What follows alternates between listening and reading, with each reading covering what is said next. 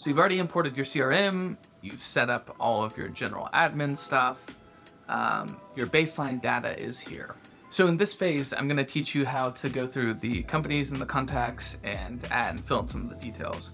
So something I would just go in and double check a couple things. So first off, if you like to actually have sales reps assigned, or if you want to clean up some of your data by merging some of the data, it's very easy to go in and just manually check this and manually do this.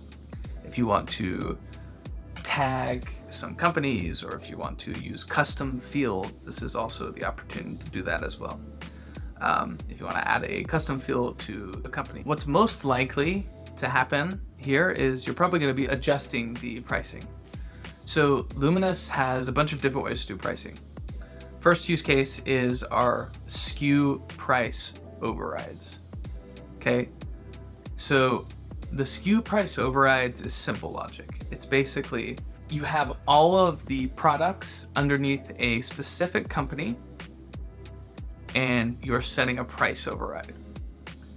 I like to call this grandfathered pricing, even though it might not be used like this. That's what I'll refer to this as. It's basically like, oh, so like this company, they always get this product for this price. There's no quantity logic, there's no MOQ, there's no nothing. Actually, you'd be surprised, most of our customers actually use this. Most people prefer just like a basic price override.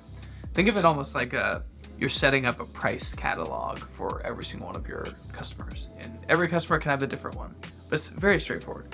You just go to the pricing structure, SKU price overrides. Now, if you need to update this in bulk, we don't currently have an import for this.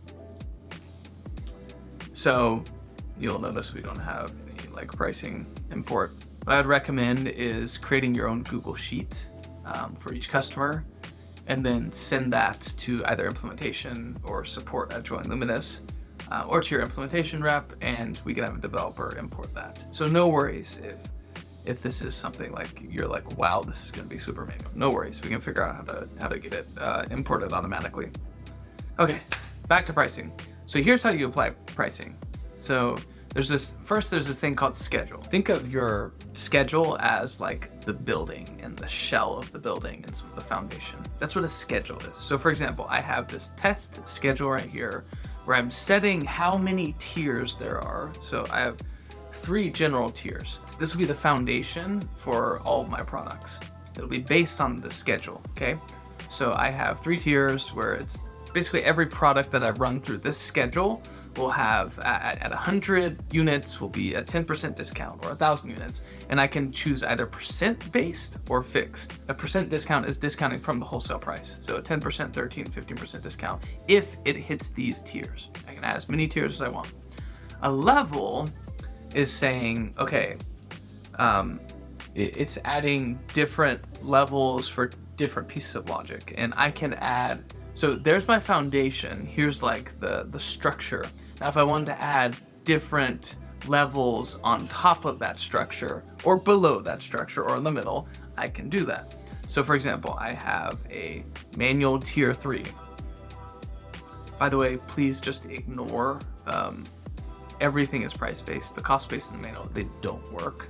So for example, if I want a 10% discount on top of the schedule that I did, on top of it. So there's no quantity tiers here. This is just saying like, okay, this is like on top of my schedule that I said, there's like a 10% on top of that. I'll add a 10% right here. Then I'll do let's do a manual tier 2, price-based. Say 15%. And like honestly, I call it manual, but this is where you could provide like a distro or a wholesale. In fact, let me just do that. Let's say wholesale. Or you could do other logic, like this is the direct import price if I'm importing this directly to them. Or this is like the delivered to their doorstep. Like there's a bunch of different ways that you could slice this, but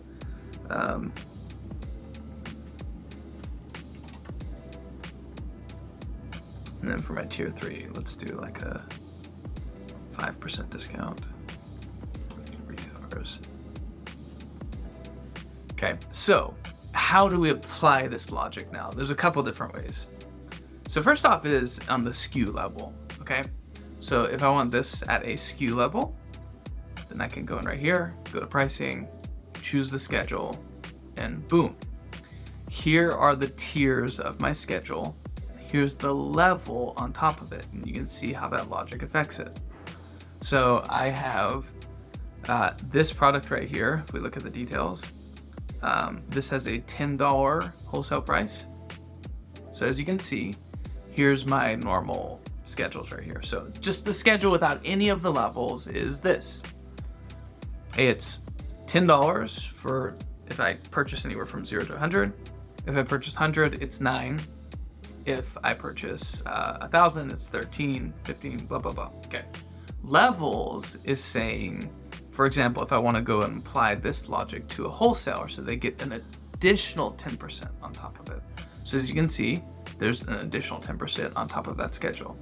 I can also override this as well. There's so many ways to get funky here. Like, you could really gamify the levels and then override everything. This is where, like, honestly, there's a lot of manual work that has to be done, but sky's the limit. Like, you could create an insane amount of levels and then apply the levels to a customer if you want to. It's mind-boggling, some of the stuff that we've done, just gamifying these schedules and the levels. So that's the basic idea. Either that's how levels and schedules work.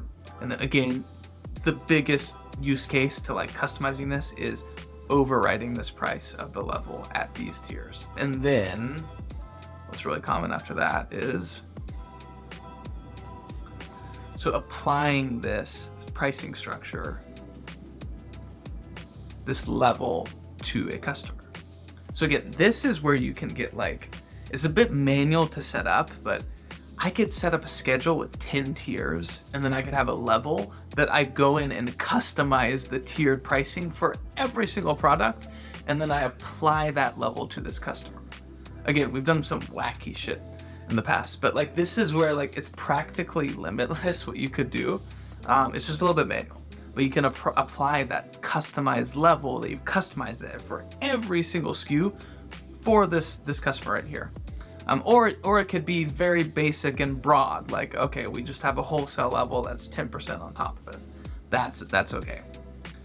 Then you have groups. So what a group is basically like I can create so instead of having to apply this for a bunch of people, I can set up a pricing level for a category or a subcategory. So it essentially groups together a bunch of logic. It groups together a bunch of logic, so I don't have to apply that for a bunch of different things. Ignore this. It doesn't work. This is old Luminous. And then we have the payment terms. So yeah, this is setting up manual invoicing so that the pricing is automated for your customers is pretty straightforward. It's probably going to require a lot of manual work though. What's not as straightforward is if I want to automatically bill the customer. Because you have to do some funky things with the due dates. You have to have the payment processor information in. But today what I showed you is as long as you have all the stuff in these to-dos done, you should be able to actually turn on automated billing for somebody. The only thing that you have to gamify and manually update is that due date. Which we will do another video about that. But as long as you've set all of this stuff up, then you actually should be good for pricing automatically updating for a customer based on tiers, and their payment terms and their payment profiles and auto charging and automatically sending an email and all that stuff should be good to go.